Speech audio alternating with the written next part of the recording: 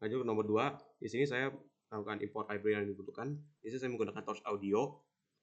Lalu berikutnya di sini saya akan read metadatanya. Lalu saya hanya mengambil bagian UID dan status. Lalu pada bagian status itu ada nilai none, jadi saya menghapus row atau data-data di mana nilai statusnya itu none. Untuk bagian A di sini saya mendapatkan sample rate dari salah satu file audio. Di sini sample rate untuk file audio yang satu ini adalah 48.000. Berikutnya saya melakukan pengecekan apakah ada file audionya itu yang sample rate-nya tidak sama dengan 48.000. Lalu pada saat dicek ini tidak ada hasil. Berarti semua file audionya itu sample rate-nya itu 48.000. Berarti kita bisa lanjut. Nah, untuk bagian B, dan masuk juga ke bagian A. Tapi untuk bagian A itu saya melakukan transport MFCC dengan parameter-parameter berikut. Ini sample rate-nya adalah sample rate target. Targetnya itu 48.000, lalu jumlah FFT adalah 2048, jumlah MFCC 13, window length-nya 2048, hop length-nya 512, dan audio length-nya itu adalah sample rate target dikali 4. Lalu pada bagian B, di sini saya melakukan resize MFCC itu ke 150 kali 150. Lalu di sini saya melakukan mapping status dari kategorikal ke numerik. Lalu sini pada bagian mainnya itu pada kelas dataset audio, ini saya ini untuk mendapatkan UID. Bagian UID dari metadatanya.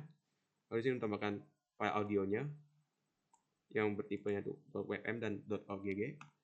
Lalu di sini saya melakukan load audio pad load audio filenya masing-masing file audionya dalam directory. Lalu jika stereo itu convert ke mono. Lalu dilakukan disampel jika sample rate-nya ini tidak sama dengan sample rate target. Lalu ini dilakukan zero padding, di mana jika waveform shape-nya itu, jika indeks 1 waveform shape-nya itu lebih kecil dari audio length-nya, maka dilakukan zero padding. Jika tidak, dilakukan truncate.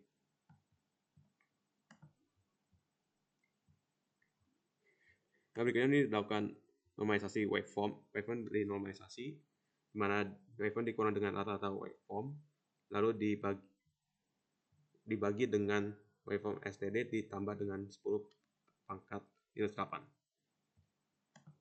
Lalu di sini dilakukan transform MFCC, dan ini dilakukan resize ke 150 kali 150 dari codingan yang sudah ada di sini.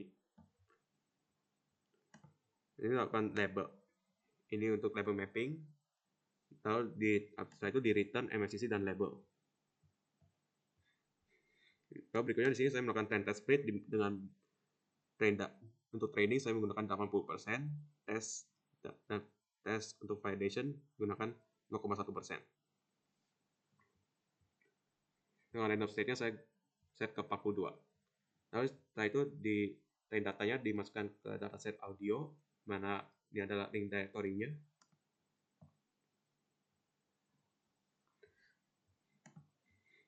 Lalu berikutnya di sini saya mengecek apakah ada MFCC dan juga status pada train datasetnya untuk mengecek apakah itu apakah tidak null. Lalu bisa dilihat kalau pada indeks ke 0 train datasetnya itu ada file MFCC dan statusnya. Untuk validation dataset juga sama, dan test dataset juga sama, ada MFCC dan statusnya. Lalu setelah itu train dataset, validation dataset, dan test datasetnya itu saya masukkan ke data loader. Lalu untuk trainingnya saya shuffle, tapi kalau untuk validation dan test saya tidak, karena itu jumlah data sedikit. Cuma kan tadi pada saat dibagi itu 10%. Nah, BSS saya set ke 32 untuk tiga-tiganya. Untuk bagian C di sini saya melakukan pembuatan model arsitektur berdasarkan yang sudah dikasih di soal. Di sini mohon maaf saya menggunakan 64x34x34 untuk linear function-nya. Karena saat saya menggunakan 64x38x38 itu terjadi pada saat training model, jadi saya karena shape-nya itu tidak sesuai, jadi saya menggunakan 64x34x34. Begitu juga nanti untuk yang di pasti view-nya saya juga menggunakan 64x34x34. Lalu ini adalah file convolutional layer-nya. Yang pertama, ini untuk max pool-nya sesuai dengan tuntutan soal, kernel size-nya. Dan juga untuk filternya juga sama seperti di soal. Ini untuk convolutional layer yang blok yang kedua. Lalu untuk activation function-nya gunakan softmax. Dan ini berikut adalah info dari modelnya, model CNN-nya. Berikutnya saya melakukan train model dengan kriteria cost entropy loss. Kriteria loss-nya itu cost entropy. Lalu untuk optimasi saya menggunakan Adam dengan landing rate-nya 0,01. Tapi untuk epoch saya set ke 1 karena pada saat training model yang dimodifikasi itu berjalannya lama, jadi saya set epoch-nya ke 1.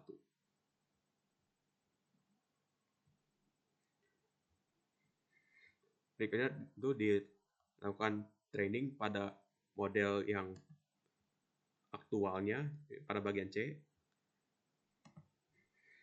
Di sini bisa dilihat hasil akurasi trainingnya itu 0,764 sekian, dan juga untuk akurasi validation-nya itu 0,768 sekian. Tapi untuk validation loss-nya itu lebih tinggi, dan ini adalah loss untuk training. Ini menandakan kalau modelnya itu mengalami underfitting, di mana berusaha untuk menyempurnakan bagian validation dibanding dengan training.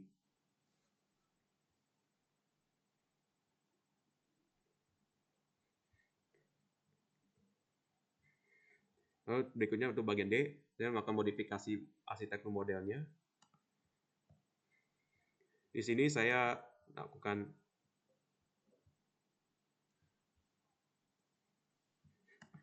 untuk modifikasinya.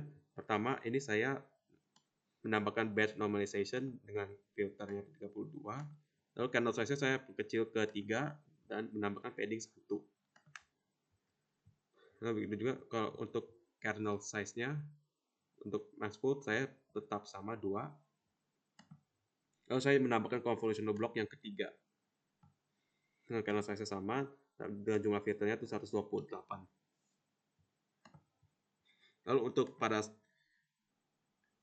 Lalu di sini di linear function-nya saya set ke 128x18x18 dari yang 64x34x34 menjadi 128x18x18.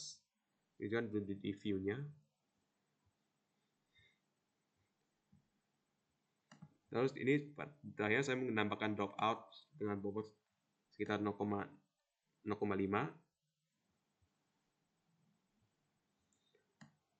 Dan juga untuk linearnya saya set filternya 128. Saya ubah ke 128. Dan ini berikut adalah arsitektur dari modifikasi model yang sudah dimodifikasi.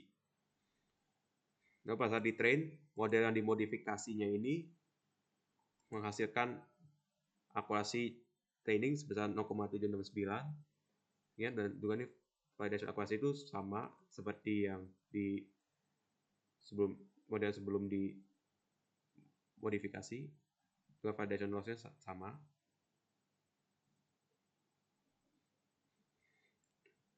Lalu bisa dilihat kalau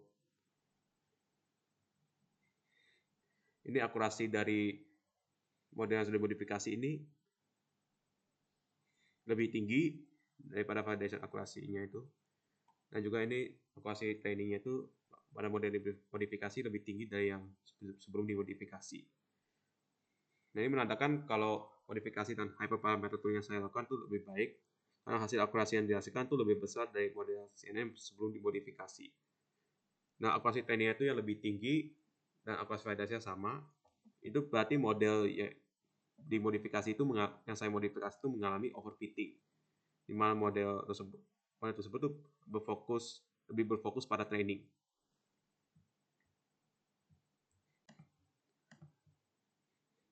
Berikutnya di sini pada bagian saya melakukan evaluasi pada model yang saya modifikasi.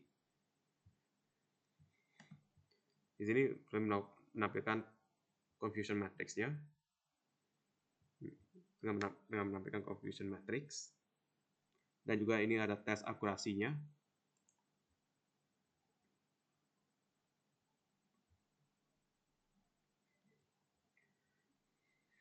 Lalu didapatkan hasil dari evaluasi modelnya. Ini adalah confusion matrix-nya dan ini tes akurasinya sebesar 0,76942.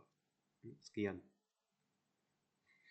Lalu bisa dilihat kalau dari hasil convolutional matrix-nya itu bisa dilihat kalau healthy dan symptomatic itu nilainya 0, cuma nilainya itu 0. Nah, ini karena kan itu semua model, saya bilang kalau modelnya itu performanya itu masih rendah atau sedang berjuang, itu masih rendah atau masih berusaha keras. Nah, bisa dilihat kalau semua yang kelasnya itu diprediksi sebagai COVID-19.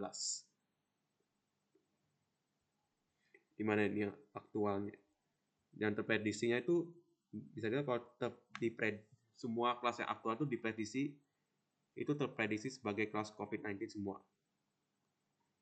Dari hasil evaluasi performa arsitektur modifikasi model yang saya lakukan, itu hasil convolution matrix di atas tuh menunjukkan masih berusaha keras untuk mengklasifikasikan sampel healthy, COVID-19, dan symptomatic. Dan model itu belum sempurna ya. Bagian kiri atas itu yang bukan nano menunjukkan semua sampel itu termasuk sampel aktual diprediksi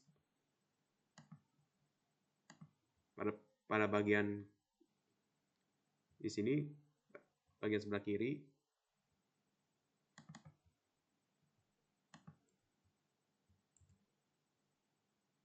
Yang bukan 0 itu menunjukkan kalau semua sampel itu termasuk yang bagian aktualnya itu diprediksi sebagai COVID-19.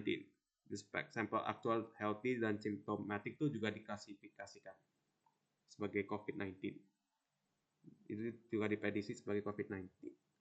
Nah, kolom lain yang bernilai 0 itu menunjukkan kalau model itu tidak memprediksi healthy atau symptomatic. Karena sampel-sampel healthy dan symptomatic yang aktual itu diklasifikasikan atau diprediksi sebagai COVID-19. Sekian penjelasan dari saya. Terima kasih.